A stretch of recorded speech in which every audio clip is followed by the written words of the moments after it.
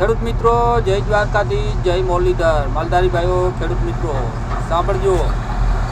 અત્યારે આપણે જે સરકાર સહાય આપે ખાતર સુપર, એમાં ચોરી કરે, બોલો ચોરી કરે પકડાઈ જાય તો એના લાયસન્સ રદ કરી નાખે, બીજાને આપી દઈએ. હવે આપણે તો એના પોઝિશન રહેવાની છે.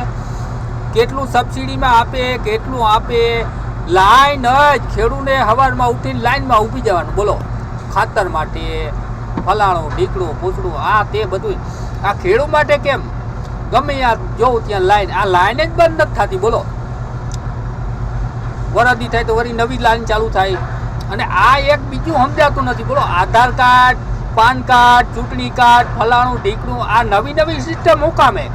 એટલે આમની હું આપણે કચેરીમાં ધક્કા જ ખાવાના. સરકાર એક પછી એક કાયદો નવો કરે ને એમાં આપણે હલવાઈ જવાનું, ઓલું કરો ઓલું કરો ઓલું કરો. અને હમણાં એક સમાચાર સાંભળ્યા, જે લાખ રૂપિયાનું ટ્રેક્ટર આવે છે એ કમ્પ્લીટ થાય 5 લાખમાં મળે ને ખેડૂતને સબસિડી 20%, એટલે 5 લાખ હોય તો 1 લાખ રૂપિયા માપ. હવે એમાં હું ગાલ મેલા હે કેને ખબર છે, ટ્રેક્ટર ફલાણું ઢીકડું પૂછડું સબસિડીમાં. હવે એ કંપની યારે હું કરાર કરતા હશે. એટલે મિત્રો આમાં છે ને સીધી રીતે મને એવું લાગે છે કે ભાવ વધારો મળે એવું દેખાતું નથી. અને ભાવ વધીને એક ટેકો હોય એમાં 4-5 વસ્તુ હોય તો આપણે બીજી વસ્તુ તો વાવવાના છે. એ 4-5 વસ્તુથી તો ગુજરાત હાલવા નથી. દેશમાં અલગ અલગ વસ્તુ જોઈએ એમ આપણે બધી વસ્તુ વાવીએ છીએ. તો મિત્રો જો ટેકાનો ભાવ દે સરકાર તો એને આપણે કહીએ કે બધોય માલ અમારો ખેતરમાં જે પેદા થાય ટોટલ માલ ટેકાના ભાવે રાખો અને દર વર્ષે ટેકાનો ભાવ વધારો. અને કાં 10% 20 કિલો અમને દર વર્ષે વધારે આપો.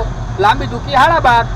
અત્યારે હવે વરસાદ ક્યાંક થયો છે, કદાચ ના થયો હોય અને જે જગ્યામાં 30 કિલો કે 20 મણ કે 30 મણ જે જગ્યામાં માલ થાય વીઘામાં એ 10 મણ થાય તો હું કંઈ સરકાર ભાવ વધારી દેવાની છે. એટલે મિત્રો જાગો, જોડાઈ જાઓ. આ સીધી રીતે કાંઈ મળવાનું નથી મિત્રો, કાંઈક બોલો. બાકી ખેડૂત ઉપર જે અત્યાચાર થાય છે ને એનો ન્યાય માગવાનો છે મિત્રો. જાગો.